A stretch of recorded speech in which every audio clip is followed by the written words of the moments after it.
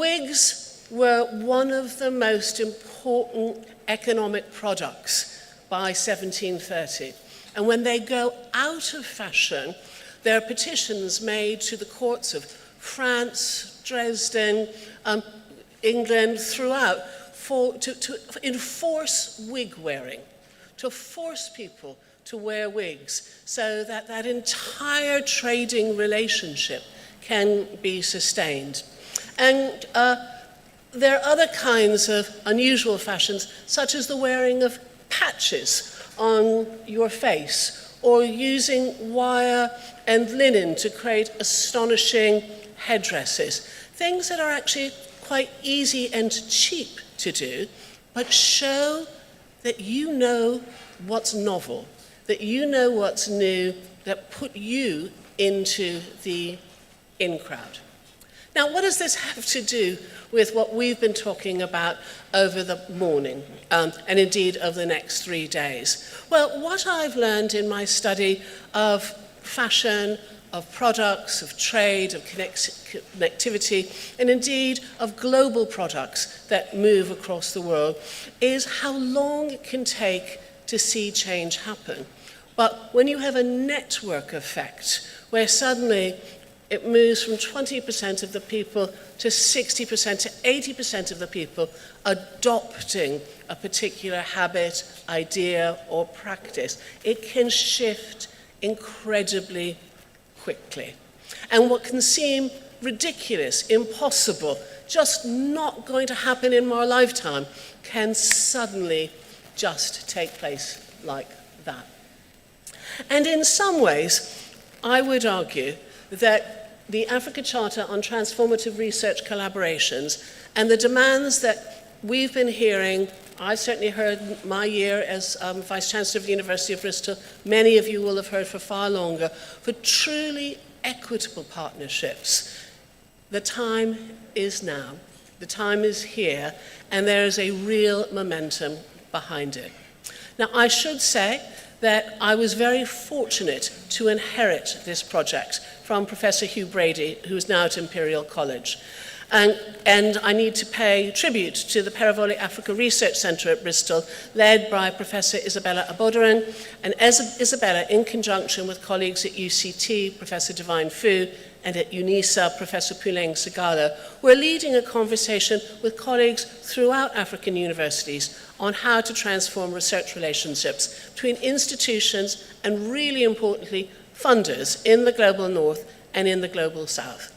So it's a privilege to be able to join you today to tell more about this ambitious project, which has been championed by members here such as Professor Dio Reddy, Interim Vice Chancellor at UCT, and above all by Professor Ernest Ayiti in his role of President of ARUA, but also of Chair of our Advisory Board at the Paravoli Africa Research Centre. So, some of you will know this already, some of our signatories, but the Africa Research Charter is a framework for a vision to redress each layer of power imbalance. It's been signed by almost 100 different institutions, many of us whom are here today. And so the reflections I'd like to offer are not so much on the Charter, but rather about what its ambitions mean for us. The Africa Charter asserts the need to rebalance the global scientific effort, to level an uneven playing field in the production of scientific knowledge that persists as a legacy of colonialism, to undertake practical collaboration arrangements, and to look at each layer of epistemologies, of language, of theories and concepts, of the development frame and the gaze, and above all, the resourcing capabilities of higher education research institutions. And you've heard throughout this morning about the extraordinary imbalance in terms of research production as measured by publication output and by citations. So if collaborations are configured differently, that is, if they're configured not just to ensure fairness or equity in concrete collaboration arrangements, such as the division of labor, decision-making, access to resources and rewards such as authorship of publications, but go beyond that to redress the multiple, much more fundamental layers of power imbalance in the production of scientific knowledge, then these collaborations have the potential, we would argue, to be transformative in the true sense of the word, to match the many transactional arrangements that we have at the moment with a chance to change, genuinely change the world, so that our institutions are not just world-leading, but also world-changing. This is not an altruistic or a product of guilt for historic injustices. Transformational partnerships, I argue, and my colleagues argue, will make global scholarship not only more just, but also richer, opening up new challenges, new opportunities that come from this wider range of approaches and new ways of thinking. So this is what the Charter envisaged.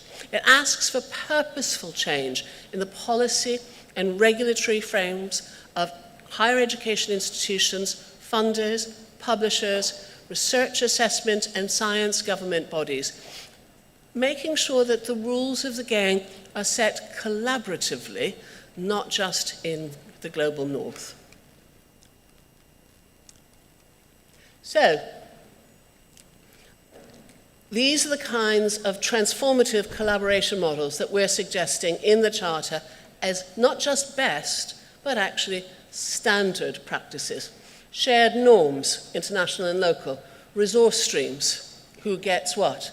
But above all, these policy and regulatory frameworks. So many of our joint projects, whether they're at Bristol or beyond, fonder over who's responsible for fluctuations in exchange rates. They fonder over different employment practices. They fonder over who's going to be responsible for visas or the cost of surcharges. And it's getting down at this level of detail, but also hanging on to the very high level sense of what could be achieved where we need to work together. So from the perspective of universities, such as the one that I lead in the global north, why do we do this? We do this because we genuinely believe that fostering African-centered partnerships will make our own research and education better. By empowering African researchers and institutions, we will make the research results outstanding.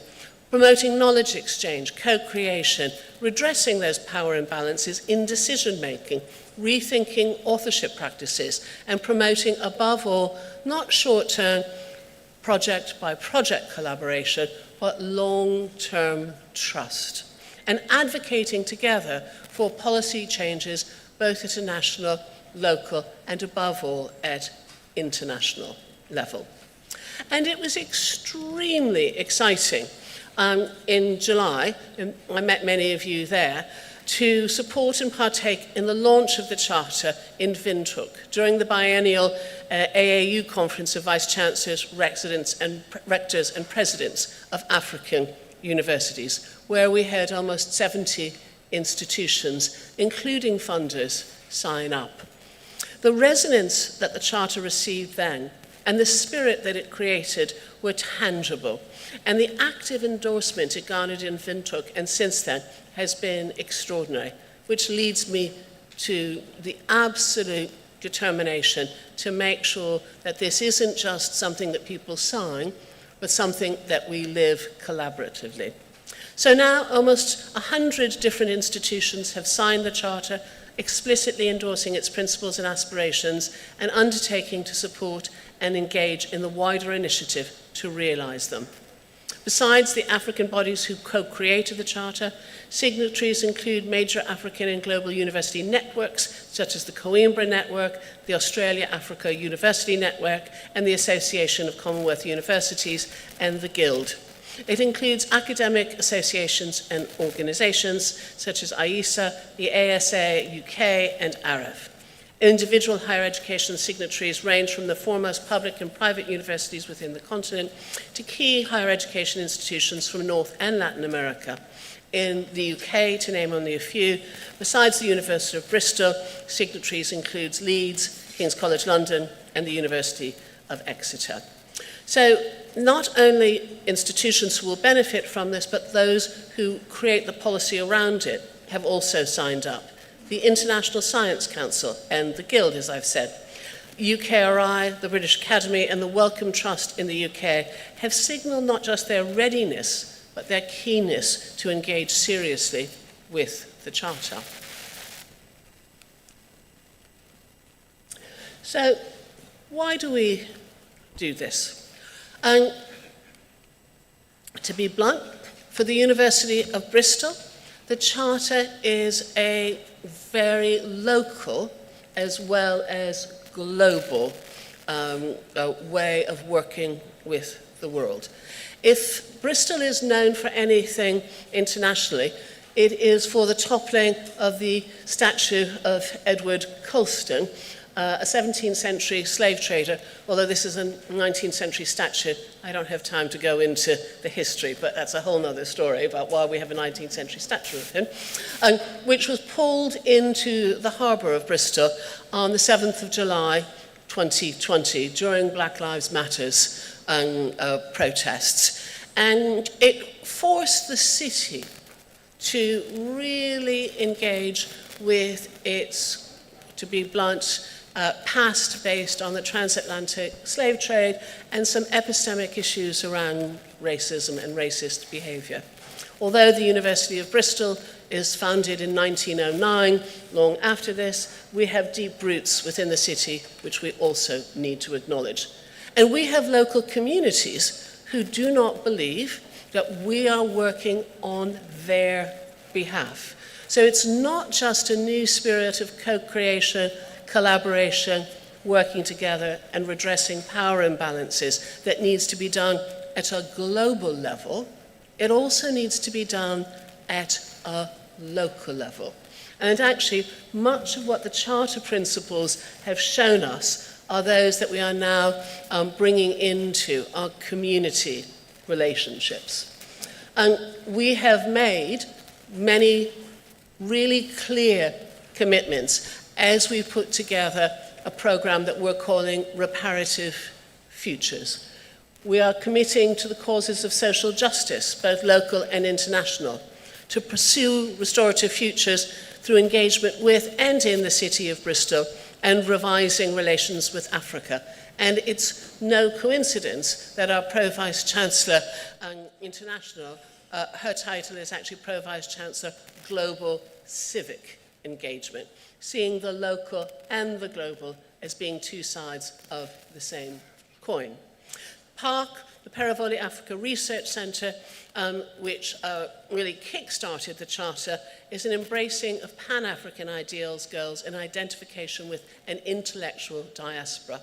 And we have found numerous existing and developing research partnerships across the continent, with particularly strong relationships with the University of Cape Town, where we've had recently completed 8 PhD collaborative studentships, and are starting a program of new early career and professorial exchange fellowships. And I'm just going to pause briefly, and with Professor Reddy's permission, to say what we actually learned from those collaborative studentships, which of course did take place during COVID. So they're not exactly the perfect example. But we invested in them with UCT because we wanted to invest in growing talent, capability that would stay in the continent. We've heard about brain drain or brain circulation. That was the plan. But like all good plans, it founded on a policy that is now changing, but that policy was that there were different forms of PhD examination, and you had to have an in-person viva for the University of Bristol. And without really thinking about it, that final year of writing up tended to happen in the UK rather than in Cape Town. And then the viva took place. They're not all completed at the moment, but the majority have now got jobs, or many of them have now got jobs in the UK, because of course the skills they have developed, particularly in health economics, for example, are extraordinarily in demand globally. And we are now rethinking and have had to put in a very different kind of structure, which is going to make sure that the final part of those PhDs, those new PhD programs, take place in Cape Town. We don't want to put restrictions on people's lives. As you heard from Adam Habib earlier on, people meet their partners, they start families, they get jobs. You don't want to stifle individual career pathways, but when you're trying to put structures in place, we could be more thoughtful about how you actually quietly embed the expectation that you will grow your career on the continent. Now, I'm going to finish with a new conundrum.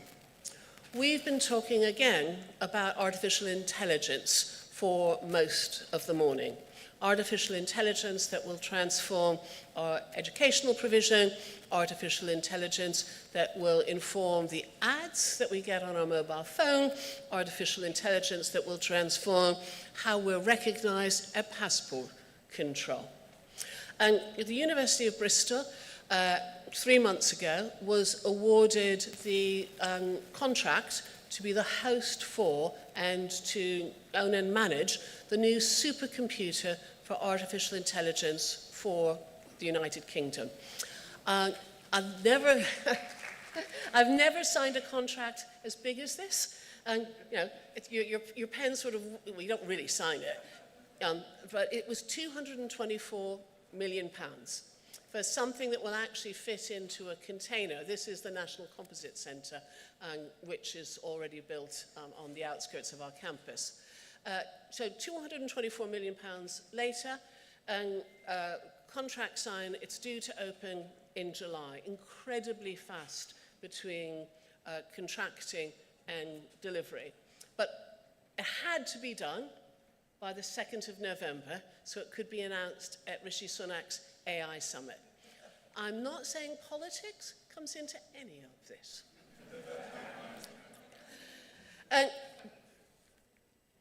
But this is a really interesting situation for us and for our commitment to Africa-centered partnerships. You will see there was a member from Nigeria there at the summit. But this was done so that the UK and the US could be globally leading in defining what safe artificial intelligence means for the world. The highlight, of course, was the Prime Minister of the United Kingdom in conversation, buddy to buddy, with Elon Musk, and the majority of attendees were San Francisco's, we call them tech bros in the UK.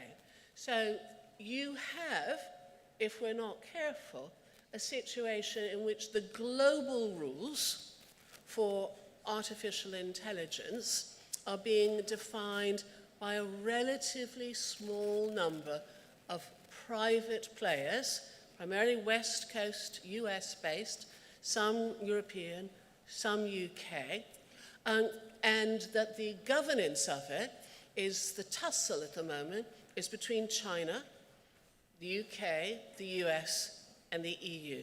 And the voice of the African continent is nowhere to be heard in this absolutely essential future-facing conversation that will have such implications for what we teach, how we teach, the future jobs that our graduates go for, and the tools and techniques that we have available to us. And so Bristol is the host. We don't own this, we are hosting this on behalf of the United Kingdom. We've been told that we need to prioritize UK interests, that this is part of our competitive advantage. It should also be said that the national grid, which supplies electricity, has had to create an entire new substation next to it to supply sufficient electricity to this. Now, Having spent time in African universities, the electricity alone, the consistent, absolutely 100% guaranteed electricity alone would be a stretch. And yet the capabilities of this extraordinary facility, which can tear through at lightning speed, beyond gigabytes of data, whether they are cancer scans, whether they are genetic material, whether they are the faces of people whose passports have been...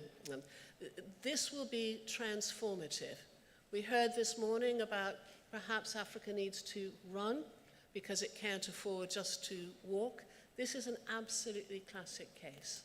So what I'm committing to is to making sure that as the hosts of this extraordinary facility, we commit to not just making it a national facility, but an international facility.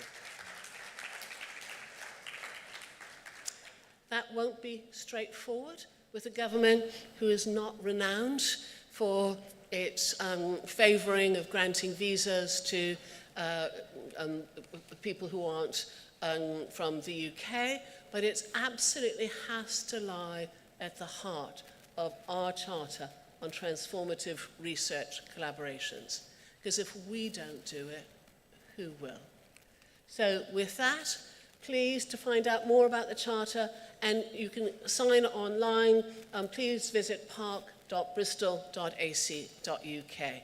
Thank you all very, very much.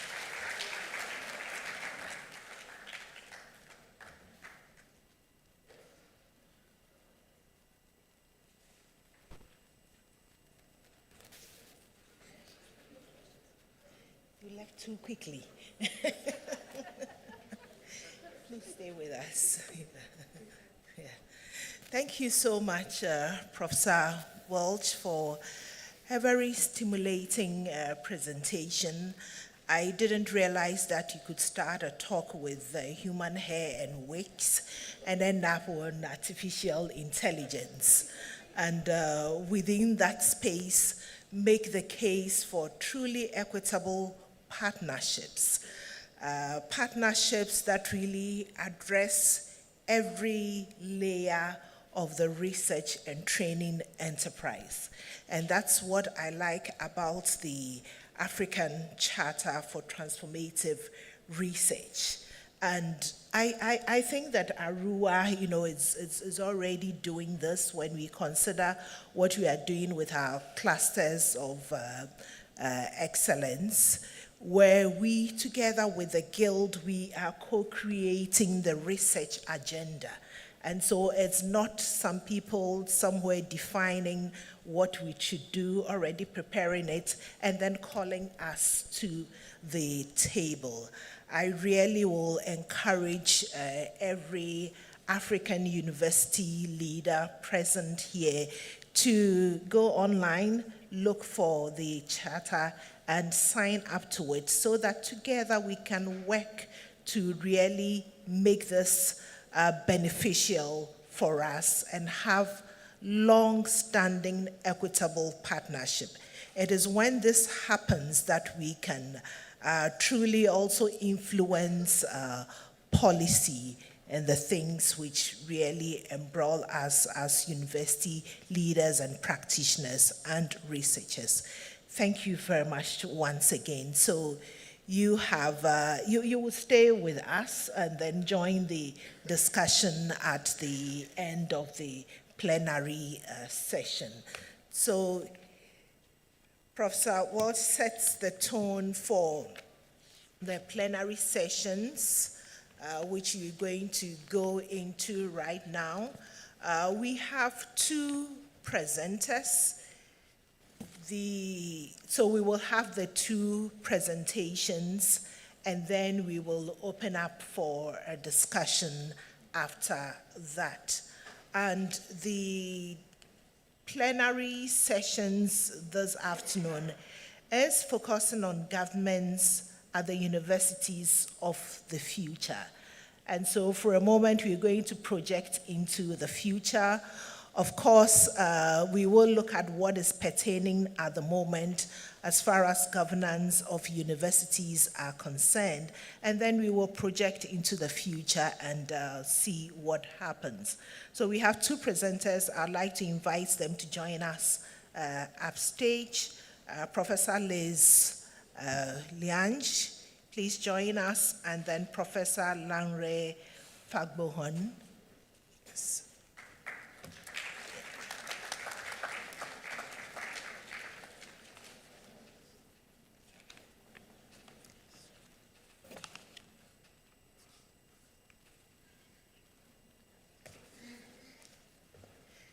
Thank you. I will introduce both speakers now, and then we will have the plenary speeches back to back, and then I would come back to direct the discussion thereafter. So I will start with Professor Olarangwajo Adigun Fagbohun, and he is, did I do a bad job at that? You will tell me when you come here. And he's a scholar and practitioner specializing in environmental law, climate change, and sustainable development. He has a rich background in working with various governmental and non-governmental organizations, contributing significantly to environmental policy and law. Most recently, he led the review of Nigeria's Water Resources Bill 2020 and the Climate Change Act 2021. He has collaborated with global partners on regional projects and served on the Special Task Force of the International Bar Association on Climate Change. He served as Vice Chancellor of Lagos State University between 2016 and 2021. He is currently a member of the Board of Trustees, Nigerian Law Academy, member JAMB Equal Opportunity Group, and member National University Ranking Advisory Committee. He is a recipient of the National Productivity Order of Merit Award. And he will be speaking to us on mapping governance risk, the future of universities. Our second speaker, plenary speaker this afternoon, is Professor Liz Lange. She is the special advisor to the Deputy Vice Chancellor Learning and Teaching at Stellenbosch University. Until April 2022, she was UCT's Deputy Vice Chancellor Teaching and Learning. Between 2014 and 2018, she held a similar portfolio at the University of the Free State. She's the Executive Director of the Higher Education, she was the Executive Director of the Higher Education Quality Committee of the Council of Higher Education and acting CEO of the same organization between August 2007 and 2008.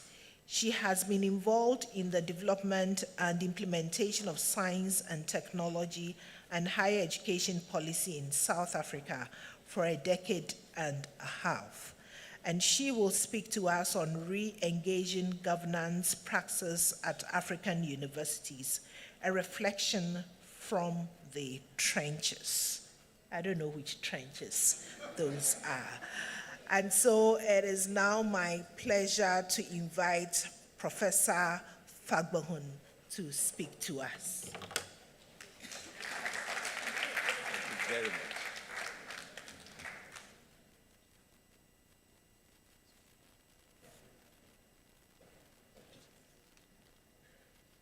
Sorry.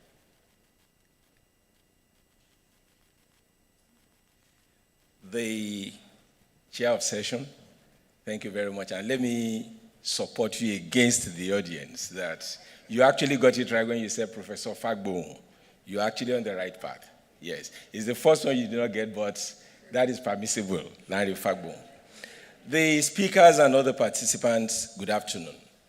One of the toughest things to do, and I think Evelyn has broken the challenge in keeping everybody awake, after the lunch. Permit me to specially thank the Vice Chancellor of the University of Lagos, because during my time as the Vice Chancellor of Lagos State University, I had so much support from the University of Lagos in the way the Vice Chancellor, other members of the university supported to quality assure all the processes that we did. So I use this opportunity to thank you. Let me also thank the leadership of ARUA for giving me the platform to come in today and speak to this very distinguished audience. What qualified me to come in and speak this afternoon? I don't think it is simply because I'm also a lecturer and a researcher. I think it goes beyond that. I think it goes back to the fact that I was privileged to lead a university at a time.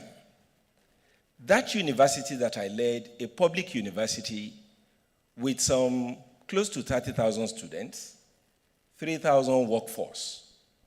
The university was challenged, so much so that 7 months to my assuming office, my predecessor was not able to access his office.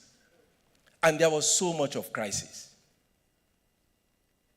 Fast forward 2016 to 2021, the period of the 5 years when the university worked together. What happened? For the 5 years, the students who used to go on the streets did not for one day go out of the campus to create any problem. There was no challenge between the university and government, the university management, and students for the 5 years. The university became a World Bank Center of Excellence, classified as capable of creating knowledge. Not only that, the university was ranked by Times Higher Education as number 2 after the University of Ibadan. Professor Bamiro, thank you so much, sir, for the kind of mentorship that you have always given. Why am I relating this? It speaks to something. It speaks to the fact that universities in Africa, the modest achievement that we were able to do then, if we consolidate on it, universities in Africa can actually do so much. If you look at the background to this conference, you will see that so much was stated in terms of the challenge that African universities are having, struggling to achieve a lot. When I was listening to Evelyn, 2 things were clear that Evelyn made poignant issues of. 1, collaboration. If we have that kind of collaboration that we're looking at, we can achieve a lot. 2, maximizing the opportunities of collaboration and then looking at how to deal with the issue of power imbalances. I want to say this. The major problem that Africa has are deep-seated governance issues, which, if we do not surmount them, all of the things that Evelyn is looking at, the various things that we have spoken about in the morning, will remain lofty aspirations, and we will not be able to get there. And what you will have in our hand is, yes, we know what to do. Yes, we want to do what is appropriate, but how do we get there? I'll confess, it is not as if I have the answers as I'm standing in front of you. I am just going to throw up the issues in terms of talking from the experience of what I had when I was opportune to sit there and throwing it up for all of us to talk about it. The first thing I'm going to put out here, frightening images of Africa's future. We have had where we want to go. How ready are we to get there? When you look at these frightening images. When Professor Emmanuel was giving his presentation in the morning, he made mention of the fact that adoption of foreign practices, struggle to break free from independence. He stated it in some other ways. But these are challenges that have continued to confront Africa. Because, yes, we consume. But why is it that we are not producing the things that we are consuming? And we are just taking on what comes from other places? Let me start with this.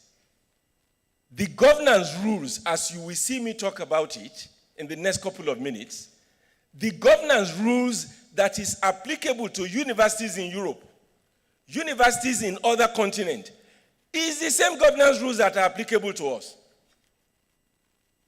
And I will be breaking them down. But why is it that their applicability in Africa are not resulting in the kind of outcomes that we want?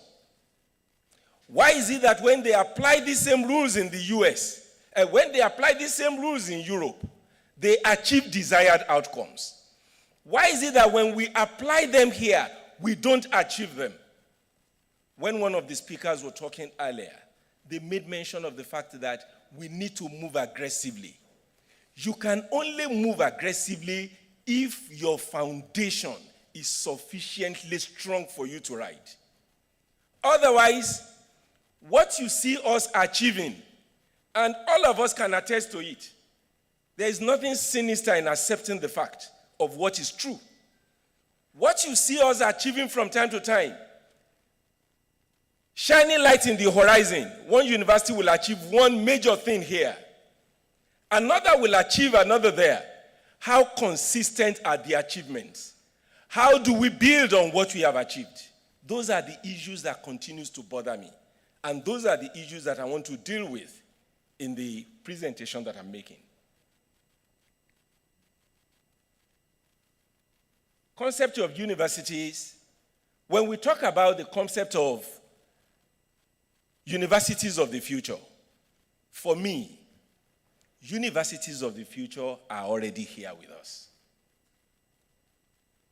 When you look at the way universities grow, they grow with contemporary issues from time to time. It is not as if universities will stagnate in one point for some time, and then they are looking for a future to get to know. They move and transform from time to time with the way society transforms. And that is the kind of thing that ordinarily should be happening, which is not happening now. When I talk about when you look at the smartphones that we have, when you look at the computers that we have that things like the brain, when you look at all of these and you look at personalized learning, which is already singing the non-dimities of traditional mode of universities. You see a university in the UK, you see a university in the US, advertising for students. And Nigerian students will apply to go to that university. With time, if things continue the way they are, some Nigerian universities will not have students. Some African universities may also not have students. If things continue, because if students look at it, or potential students look at it, that we are not going to have regularity in session. We are not going to have opportunity to graduate at the time envisaged in the admission letter given to us. We are not going to have opportunity to have access to the kind of things that will give us the skills that we need. They will prefer to apply to a university that is not in their country, even when they are operating from the confines of their room. And that confirms to us that the universities of the future are already here. When Evelyn was talking, I am sure for some of us, some of the things he's saying, if we want to actually interrogate it properly, we'll ask ourselves, are we anywhere near there? The answer is we are not. It is not as if we are not trying. We are doing a lot. Researchers in African universities are working themselves out. Why is it that students from African universities, they go to Europe, they go to the US, and they achieve distinction? It is not the case that they don't know what they are doing. It is simply because there are some things that are challenging them here, which is why they are not able to achieve the things they need to achieve. And then when they go out there and they're exposed to the facilities over there, it makes a whole lot of difference for them. I pick on relevance of good governance. And I ask myself, if we do not have good governance in African universities, it is fast becoming an existential issue. I'm not going to spend time on this. I'll just give us indication that when we talk about good governance, that is what assures the quality of decision making, provides the framework for it to be variegated stakeholders that are working within the system. Good governance also allows the university to be sustainable. And the kind of things it gives, adherence to purpose. What are the purposes of a university? The conversation we've been having since morning, those are the different purposes of the university. Good governance is what will allow you to adhere to them. Dedication to the interests of the different stakeholders within the system. Everybody, they have their different agenda coming into the system. They will be able to achieve it. Transparency, accountability, the kind of thing that Evelyn and other speakers pointed to. Without accountability, without transparency, we cannot achieve them. Accommodation of diversity, and then robust, well-informed decision-making. I've talked about the goal of my presentation, which is just to delineate what are those threats and risks that I want to identify for us, which I see as the root cause of the challenge that we have. I try to define what university governance is, but I'm not going to bother us with this, because what I did was just to pick a World Bank definition that was used in 1992, and I tweaked it to come to a conclusion that it is the manner in which power is exercised in the management of an entity or institution, and all the stakeholders are covered. And then the state of governance in many African universities. Distinguished ladies and gentlemen, when I started the conversation, I made reference to the fact that there was a background document that was given by the organizers of this conference. And that background document stated, despite this improvement, there is still the general impression that the quality of higher education institution in Africa is generally not high enough to form a strong and formidable foundation for global competitiveness and address the continent's complex challenges. For me, it is not a general impression. It is the reality, and it is self-evident that yes, we are trying to achieve and give ourselves traction in developmental agenda, but we are seriously challenged by governance rules. And I'll come to the governance rules and the issues that I talked about with them. When you look at the way the university is structured, you find out that traditionally it is meant for people to come in, have disputes, and then from there, ideas will grow. Ideation comes out from their disputes. And that is why, over time, 3 different models have emerged in terms of how do you manage the universities. The first model that I identified there is the bureaucratic model, the collegial model, and then the legislative framework model. When I started the conversation, I mentioned that it is the same model that is being used in different parts of the world that are working, that is also being used in Africa. Whether you're looking at it in terms of public universities or you're looking at it in terms of private universities. The bureaucratic model did not go far from the beginning because it did not factor the importance of informal members of the university system, the informal stakeholders within the system. And who are the informal stakeholders? The student union, the staff unions. These are also very important critical stakeholders within the system. But the bureaucratic model was always looking at the leader. The leader takes the decision and passes it down. So you find a situation where decision-making was not inclusive, and that was why the bureaucratic model did not go too far. And that was what pushed us into the collegial model. The problem with the collegial model was it was too much of a collegiate system. And you find a situation where when it comes to taking final decisions, there is nobody to have the primacy of what decision to be taken. And that is what led us to the legislative framework. When you look at institutions in the UK, if you look at it in the US, it is either there's an enabling law, there's a charter, there are documents, there are instruments that are guiding the operations of the institutions. And that is what the institutions use in their governance process. what are the challenges, what are the things that this governance process of the legislative framework, what are those things that it gives? What are the features that comes out from it? Distribution of decision-making among the different constituents. If you look at what we have here, we talk about the statutory organs of the university. Then we talk about the units, the faculties, and the rest of them working within the system.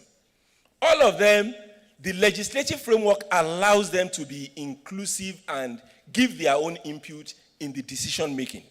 For instance, when you are looking at complementarity of knowledge, when you are looking at disciplinary plurality, these are issues that if it is not taken serious within a system, there will be a challenge in the way the system will respond to them.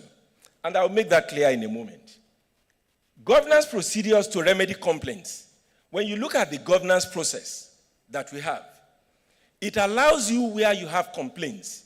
You are able to come up and at the end of the day, the system is self-correcting. The system the system looks at what exactly are the complaints and the system is able to deal with it. Layers of supervision to ensure that the desired outcomes are achieved. And then the informal structures are able to ask that question. Where are we now? And where are we heading?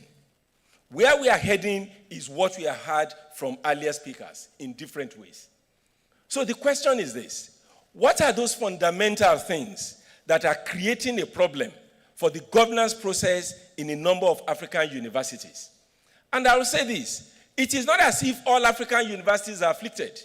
Some of them are still able to work effectively. Those of them who are observing some of these issues that I'm going to be identifying now. The first thing that I've identified here is the problem of institutional autonomy and political interference. This is one of the major problems that is confronting African universities. Because you find a situation where when there's so much interference in the way the activities of the institution are being run, the university will not be able to deliver on its mandate. And I identified some of the things where we have had challenges. Competence in the context of potential appointments, staff promotions, student admissions, maintenance of discipline. When you are not able to maintain these basic issues in an institution, it becomes a problem. When there is external interference in the way an institution is being run and the university does not have that autonomy, it becomes a problem. Another one that I've identified here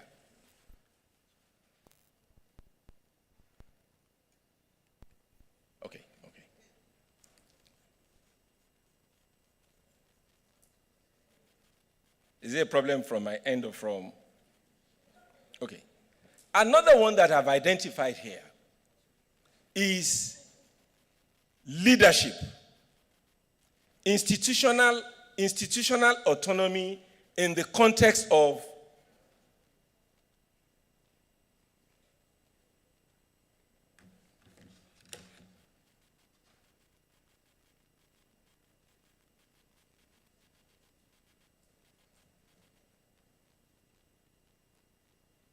Okay, thank you.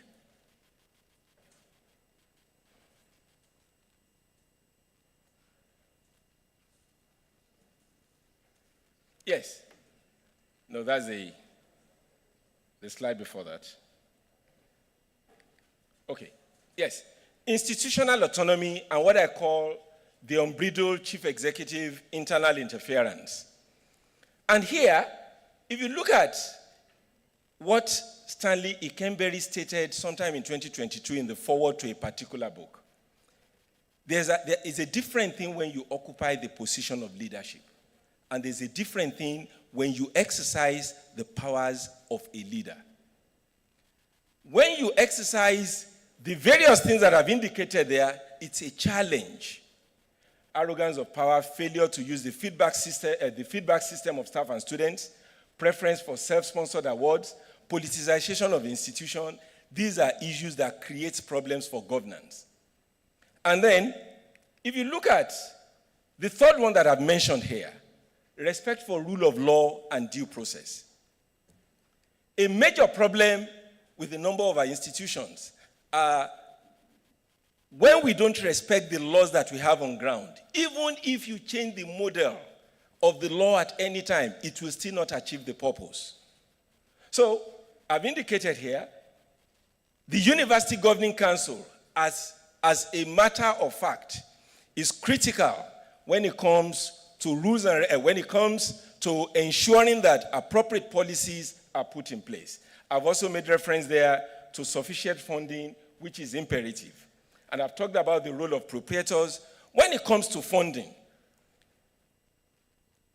a number of things that were indicated here today talks to the fact of what research can bring to systems.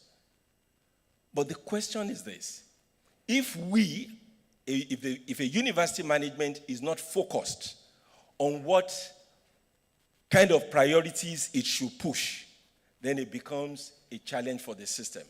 I've also indicated here that students, parents, all of them, they have a role when it comes to funding an institution.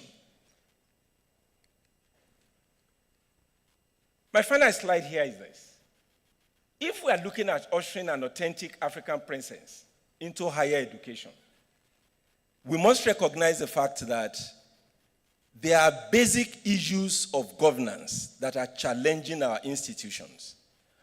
Unless and until we are able to deal with those basic issues in terms of ensuring that we institutionalize our process such that they become resilient against these challenges, it will be a difficult thing at the end of the day for the universities to thrive. I thank you.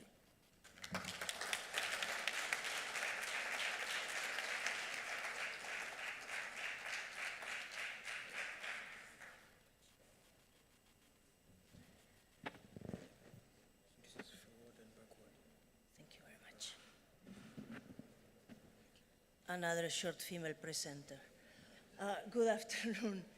Good afternoon, and very many thanks for the invitation to speak in this panel.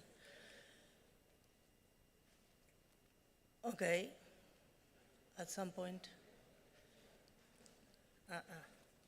Okay, there we are. So we were being asked, as you have realized, that we talk about governance of the universities and how governance should look like in the context of a new imaginary for African universities, and particularly African research-intensive universities. I have taken this assignment with a particular slant. So I will have to start by explaining first how I have changed and why I have changed the assignment.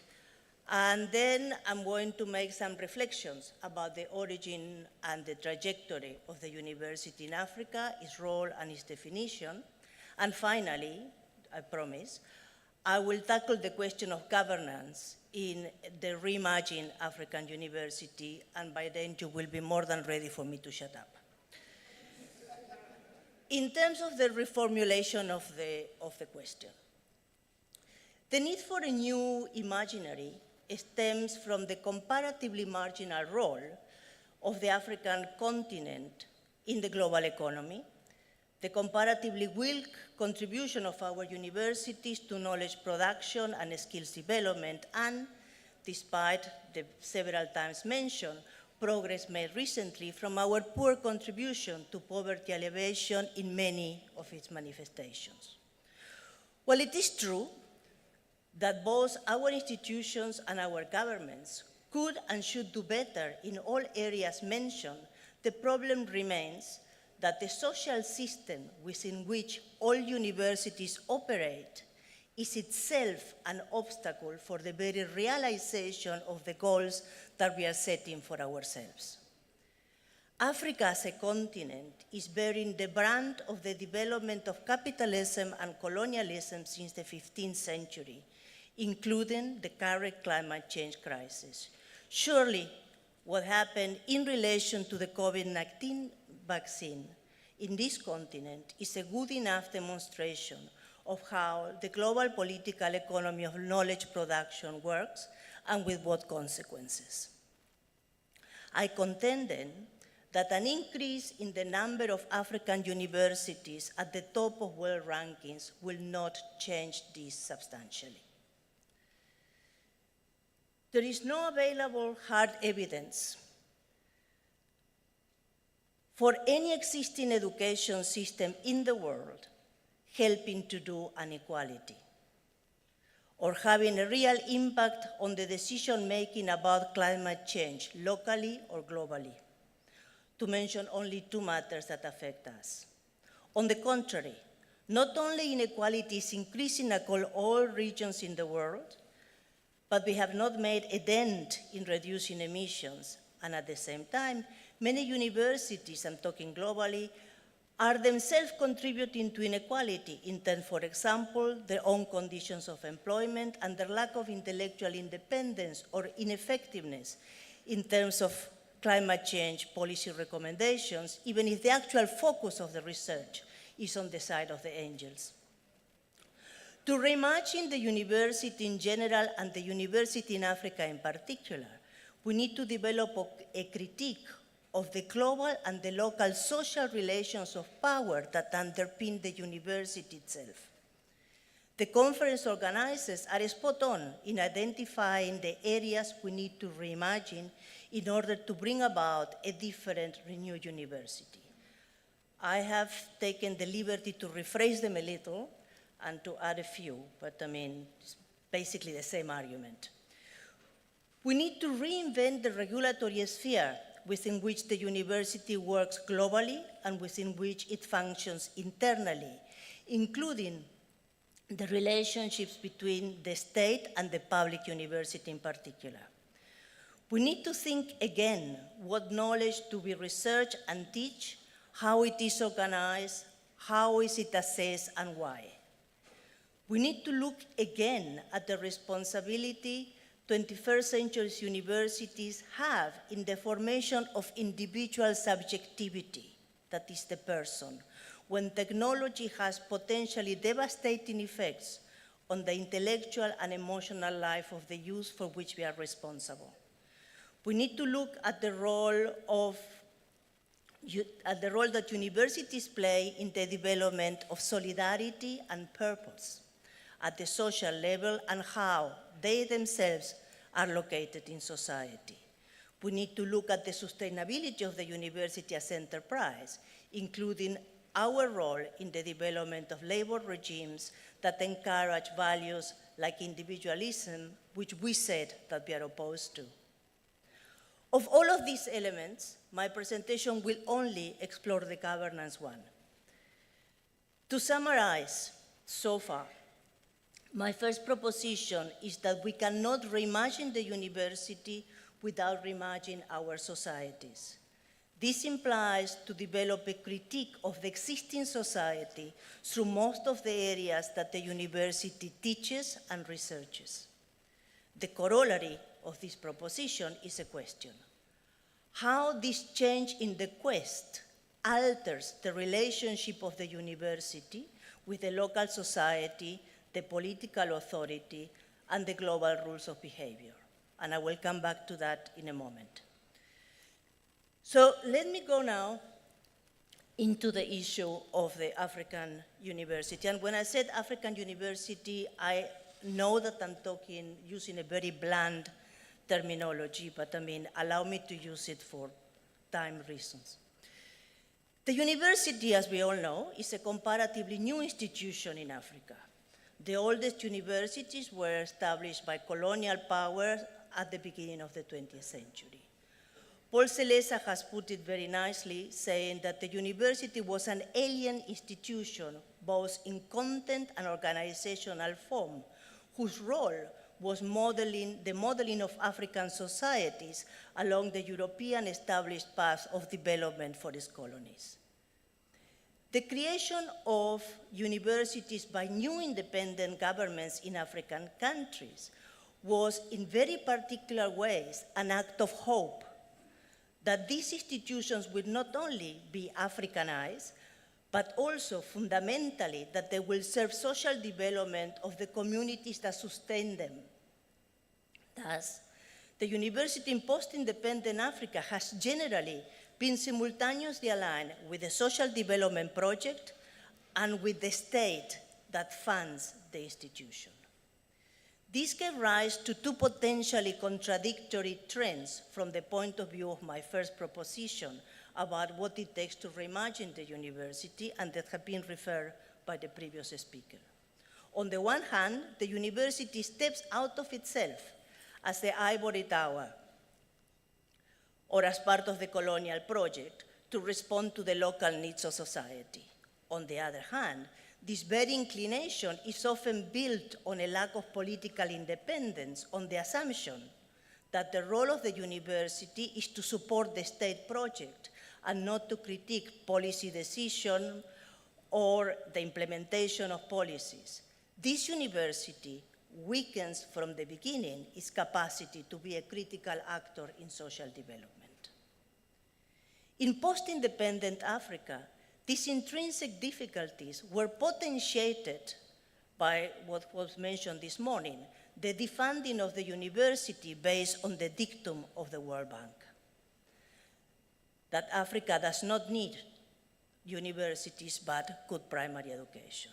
It was necessary to wait another half century for the tide to change again and funding be directed to the university as an engine for development, but now in the context of neoliberalism and managerialism.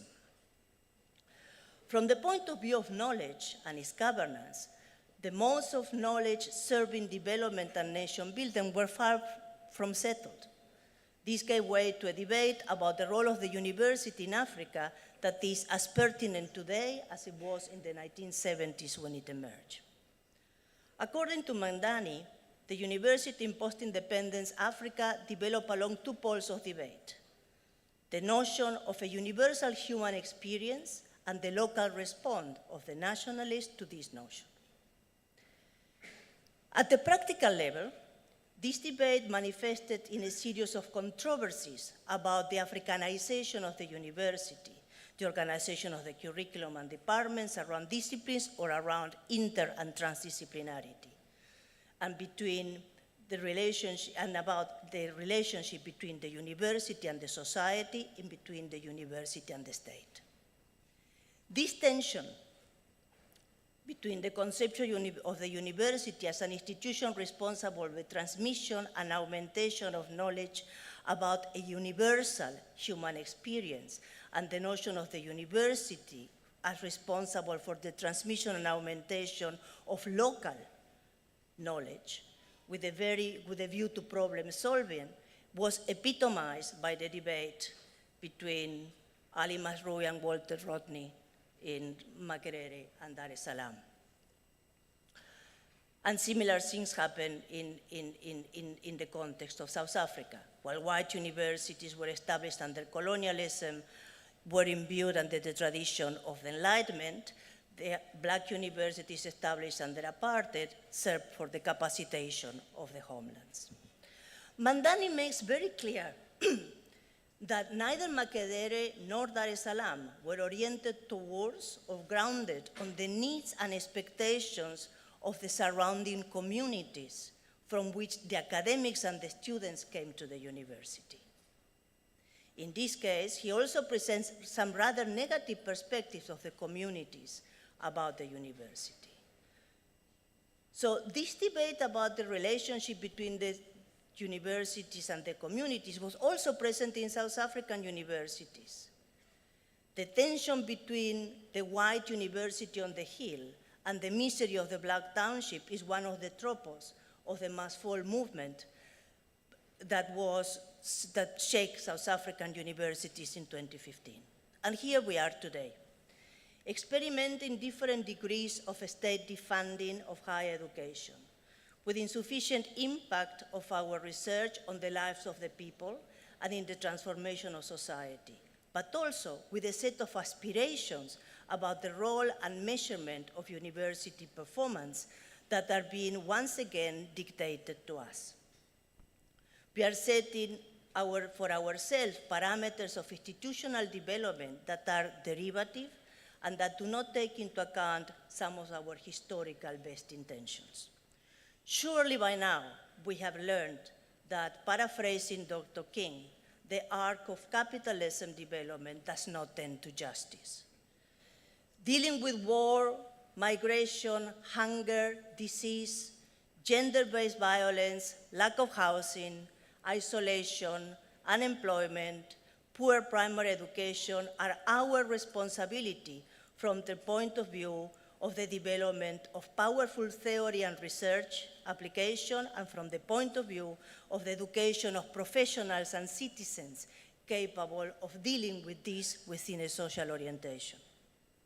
My second proposition then is that in almost all our countries, there was a historic moment in which we saw, if fleetingly, the university just belonging to the people and its role as serving social development away from the colonial powers. The corollary of this proposition is that we need to find the emotional and intellectual energy that inspired that moment to tackle the complexities of a deeply interlinked global world, which has become more just to Africa, which has not become more just to Africa, even if it has become more polite. So let me move now, finally, I promise, to the governance issue. Universities, especially research universities, are subject to different layers of regulation and governance. Regulation is external to the university as institution, and it operates, depending on the university, only at the national level or both at the national and at the global level. Regulation of universities locally happens through certification and quality assurance regimes, which enable marketing campaigns, selling the comparative advantage of this or that education, and ensuring the broader society the quality of education that we are providing. Parallel to the local regulatory system that constitutes the internal market, if you want, of higher education, there is an international exclusive market which is highly regulated, and it is ordered around international rankings as adjudicators of exchange value and actual capital. And this can be translated in terms of fees, endowments, grants. The regulatory sphere deploys in both local and global markets an economy of desire and creation of need. That is, good education is equal to employment. Employment is equal to ability to acquire goods and services, as well as positional advantage. A highly ranked university attracts funds, generates networks of belonging, which translate in prestige, fees, subsidies, students, endowments. At the risk of being kicked out of this conference at this very moment, let me ask the question: what would it take for the top 1,000 ranked universities to step out of the global regulatory system and stop being ranked? What difference would this make to universities in developed and developing economies from a regulatory and financial perspective? How would the research focus, publications patterns, regime of academic appointments, and student selection change if these universities step out of the market of rankings? What consequence would this have for their national and international roles and positioning? What are the interests, financial, political, and social, that constitute the counterforce to any change of the status quo? What needs to be done to break this down? And why do we think that there is no alternative? Why do we even refuse to think about it? Now, let's move for a moment into the actual governance of higher education. If we were to adopt my first proposition, that we cannot reimagine the university without reimagining the society within which it exists, and that therefore universities need to develop a critique of the existing society, we will find what are the consequences that this will have to governance and for all these universities. Surely, this quest will alter the relationship between the university and the community, however we define community. It will alter the role of the community itself in setting the research agenda and the teaching pedagogies of the university. It will alter the place of the community in the actual governance of research projects. It will alter the relationship of the university with the local authority, the state, the provincial authority, whoever. If, for example, the position of the university is to support through research community land rights or water rights against state-led projects. What will happen if the university, through research, oppose projects that will have negative effects on climate change for defined communities? Or will support the cancellation of pharmaceutical contracts or building contracts? A quest to interrogate society from the point of view of the education provided by universities will result in medical doctors, engineers, IT specialists, agriculturalists, etc., you name it, who are more concerned about the collective impact of law, health, technology, and crops than about the profits of the firms and the global companies that employ them. If we take this perspective, who should sit in the advisory boards that advise faculties on the content of their academic programs? Let's move now inside the university itself. A university in search of social change would have to look at the ways in which itself has incorporated individualism, rabid competition, and intellectual mediocrity in the pursuit of numbers, in the management of staff, in the recruitment of students, in the development of programs. In the following of trends set elsewhere without interrogating the motive or the benefit. We will need to develop management structures to steer a university committed to change and not to the preservation of the status quo. Surely, a university committed to change will rethink the departmentalization of knowledge and the disciplining of knowledge. The governance of knowledge in departmental structures will have to be reimagined to allow for interdisciplinarity, transdisciplinarity, and the development of new fields of inquiry and teaching at both undergraduate and postgraduate level. A reimagined university will govern knowledge, including the community it serves, as part of the education of professionals and general graduates, but also in terms of the development of a research agenda. I know that what I have said is a set of quite complex and not accepted ideas, but I hope that this is sufficient for us to have a conversation, and before you throw me out, I will sit. Thank you very much.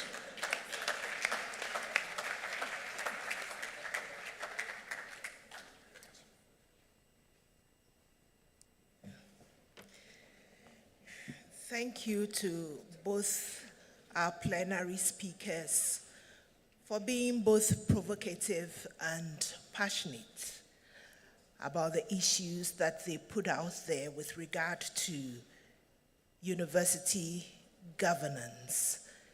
We talked about governance at the universities of the future, but we are being reminded that the future is here right now.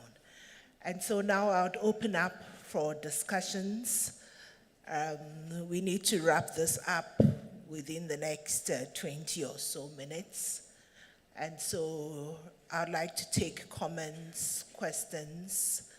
I have already thanked our speakers, so you introduce yourself and you go straight to the point. We are going to kiss this, that is, you keep it short and sweet, right? So we will do a first round. I saw this hand up. Yes, so we will start with you and then come here.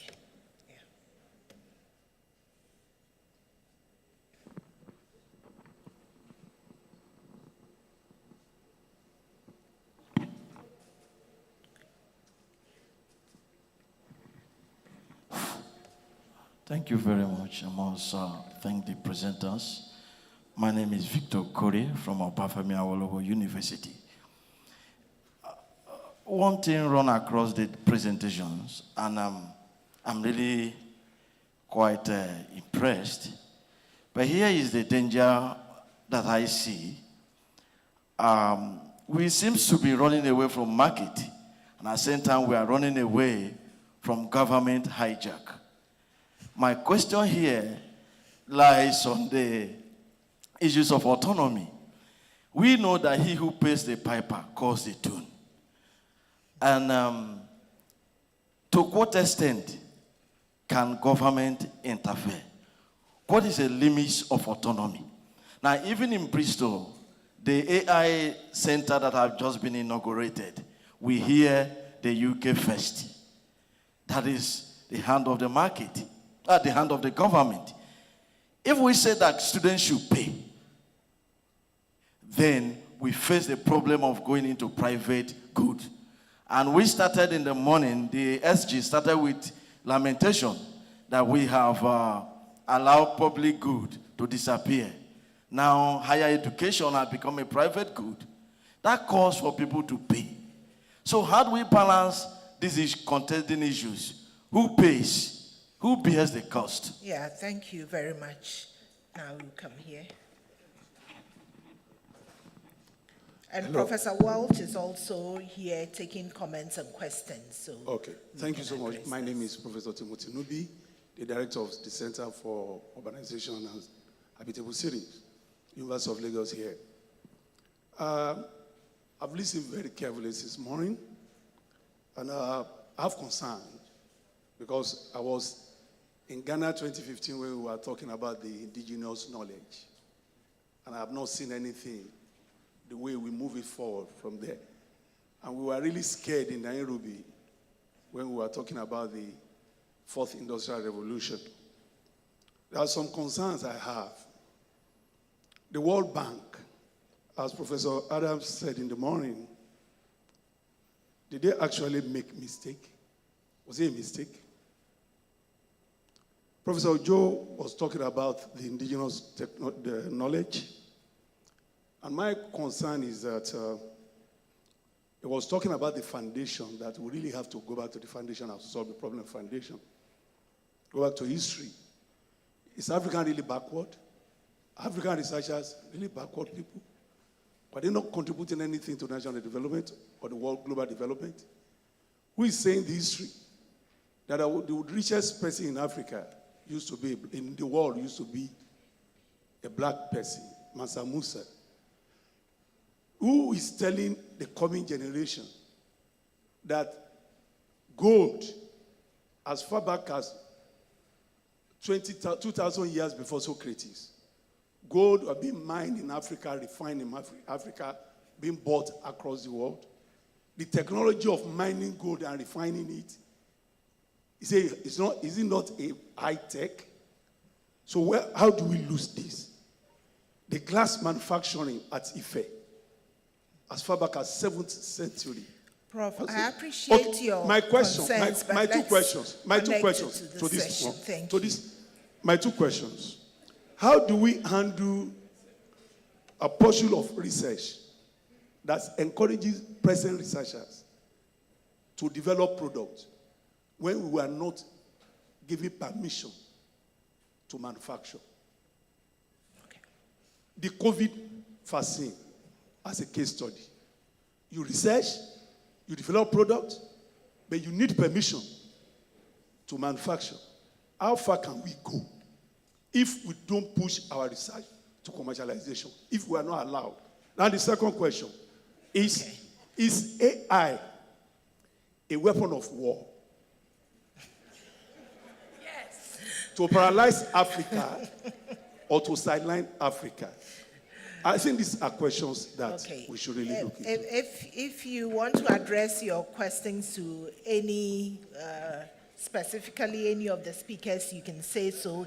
If it's general also, you say so. So let's have this lady here. Thank you. My name is Joy Obadova. Thank you for the presentation. So I speak as a PhD student at the University of Lagos and also as an affiliate from the Federal Polytechnic, IDA. So my question is, what is the link between applied research and the traditional research that we do in the Polytechnic and the universities? How are we bridging the gap between the Polytechnic education and the university education if we're talking about the future of higher education in Africa? Thank you. Thank you. There's one hand up. Thank you. My name is Saidu Oseni, Professor, Obafemi Awolowo University, Ile-Ife. I have a question, one question each for each presentation, excellent presentations. The first is to Professor Welch. Thank you very much. A very clear presentation on a win-win situation. My concern, however, is the risks and some mitigation strategies. Maybe you can share some. Professor Fagbohun, thank you very much.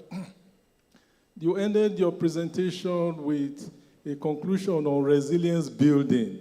We need some clarifications and insights about building resilience, particularly for the university systems under the Nigerian environment. Thank you very much. Thirdly, this is in the lighter mode. How do we reimagine the society? That's just the question, again, for Professor Welch, compared to the universities. Thank you. Okay, we'll take one more from the back, and then I'll give you the opportunity to respond.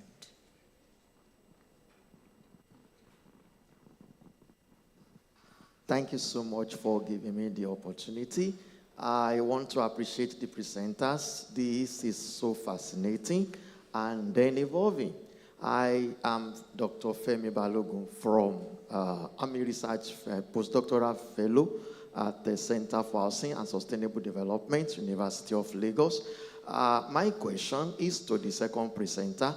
We have an insightful presentation on good governance influencing the university system and helping the higher education. But the question I have for the presenter is if you'll be able to draw the nexus between the arrays of researches we have all over Africa, and then with the policy formulation and then policy implementation, and if there is no significant nexus between these two, to what extent and what can we do, then what is the way forward? Thank you. All right, thank you. So who would you like to go first?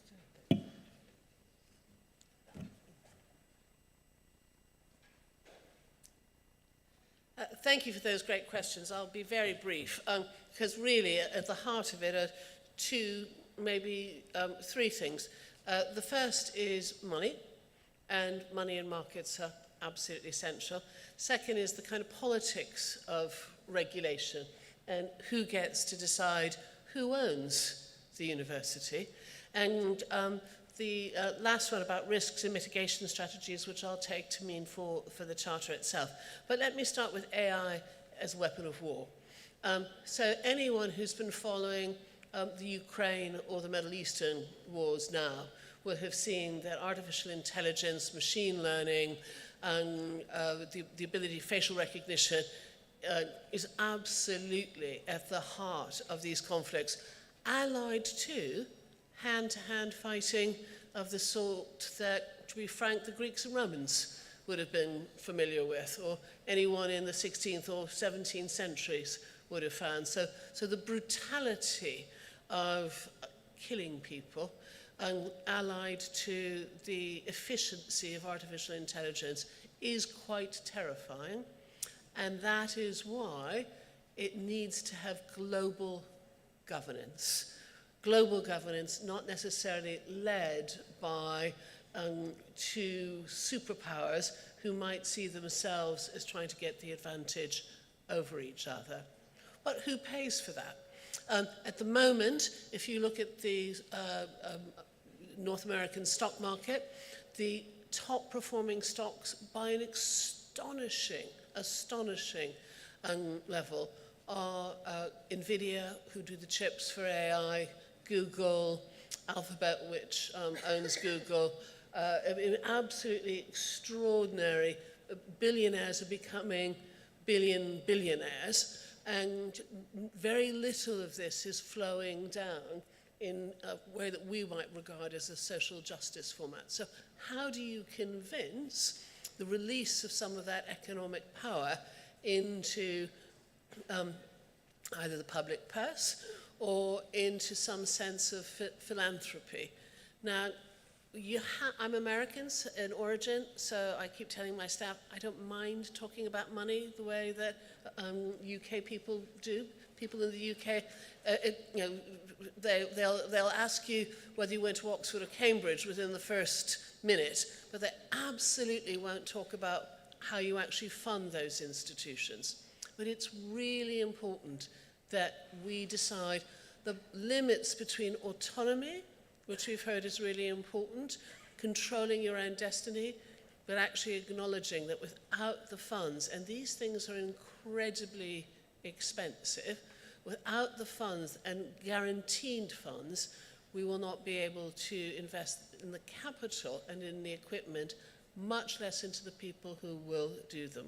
So the risks and mitigations for this charter is that without funders being on board, and I mean serious funders, let's say that the Australian Research Council, the UK Research Councils, the National Science Foundation, the Wellcome, if they sign up and say we expect to see charter signatory as a sort of, when you're doing collaborative work with African institutions, then we will know that we've made a success, because it's only when you have that heft behind it, and we're getting there. So I hope that's answered some of the questions.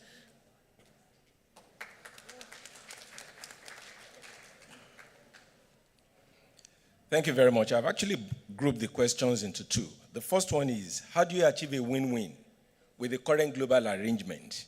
And then the second one, what is the limit of autonomy? I would say that if you look at the current global arrangement, it's going to be difficult to talk about a win-win. And why do I say that? If you ask yourself, international trade, you have binding laws, binding international laws.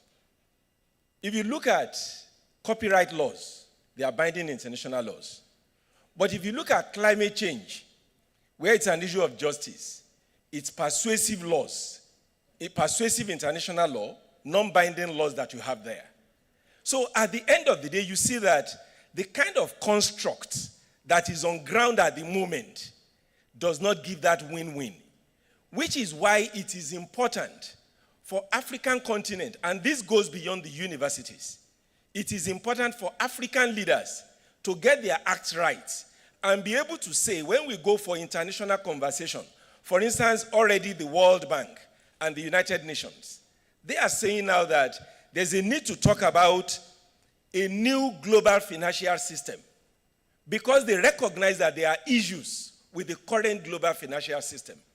But if African leaders continue to go for aids, continue to go for support, without sitting at the table with them as sovereign nations and saying, we have the natural resources, we equally have the talents that can develop these natural resources, so let us talk as equal partners and co-create, we will never achieve a win-win.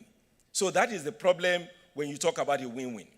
Then in terms of what is the limit of autonomy, what I'm saying in relation to the limit of autonomy, which we need to internalize, is for quite a number of African universities, even the rules that are on ground, we are not allowing it to manage us in terms of our autonomy.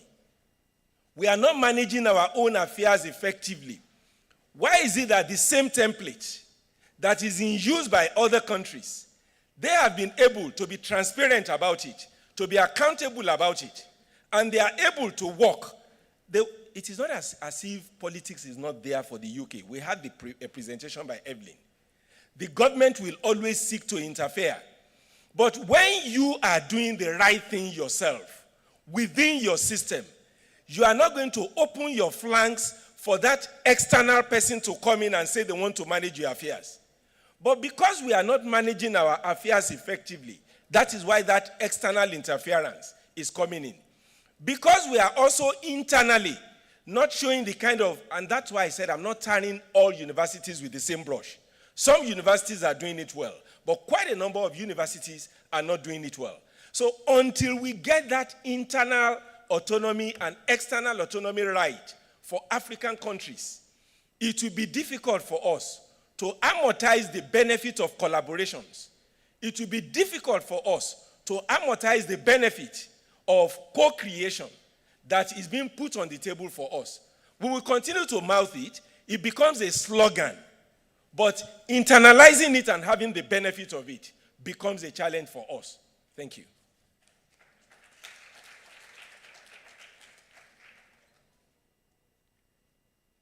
The advantage of coming last is that everybody else answered all the questions, so that's great. I would like to touch on the question that has not been answered, which is the question that a young person from the tech, yourself. Okay. With the issue of applied research, fundamental research, strategic research, happens a little bit what Prof. Reddy was talking about this morning about transdisciplinarity and how the parts need to come together. Real transdisciplinarity also implies the need to understand how technologies function, who applies the technology, to train the technologists in order to do things. So for me, that connection that you are talking about has to do with how we bring in the two education systems, if you will, together from the very beginning of research projects.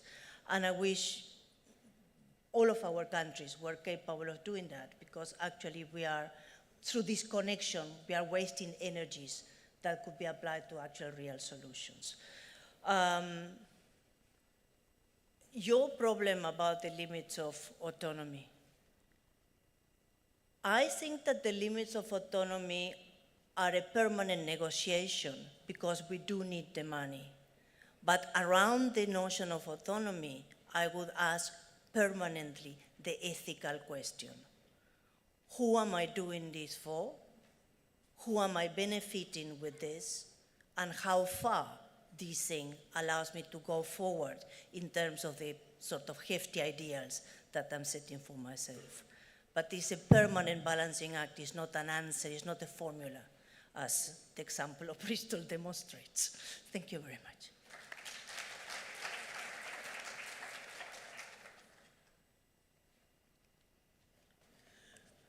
So I've been tasked to ensure that we end the session by 5 p.m. Unfortunately, I don't see any hands up, so it's a good time to wrap it all up. This session has really instigated us to think about the governance of our future universities. And essentially, the issues are complex, but all that I get from this afternoon's session is that, number one, African universities are capable. The second main point is that there are issues with regard to governance in our universities, and we need to look at these, rethink these, and build robust governance systems for ourselves. When we have done that, yes, we need the money, and others would have to provide the money. But when we have these robust governance systems, then we are able to point out our regulations, our policies to whoever is coming to support us, so that they don't have to tell us what we need to do, even if they are providing the money. It is imperative for us to rethink our governance systems, create those robust systems. Otherwise, all that we are talking about here, all our dreams will not only continue to be dreams, but they will turn into nightmares to haunt ourselves. And so, on that note, I would like to thank our keynote speaker, Professor Welch, and as well as our plenary speakers, Professor Fagbohun and Professor Lange, and to you, our audience, for being that engaging. Thank you very much. This brings us to the end of the session, and Prof. Saiti will take over.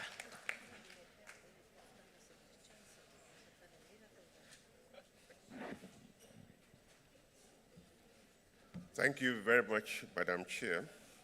So we will break now. It's 5 minutes to 5. We'll break now. Of course, in the schedule that you have, there was supposed to be a 30-minute break. We can't afford that now, certainly. So I'm appealing to you, let's have a 10-minute break and be at the parallel sessions 15 minutes from now.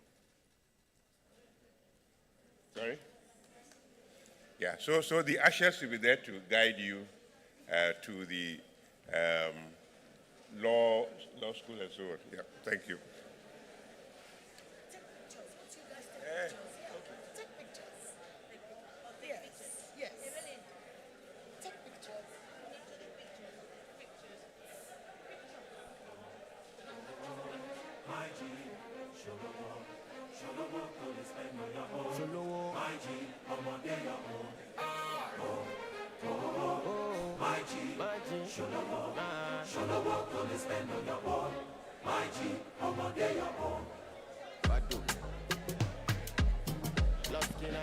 Please, let's all go through the back door for our tea break.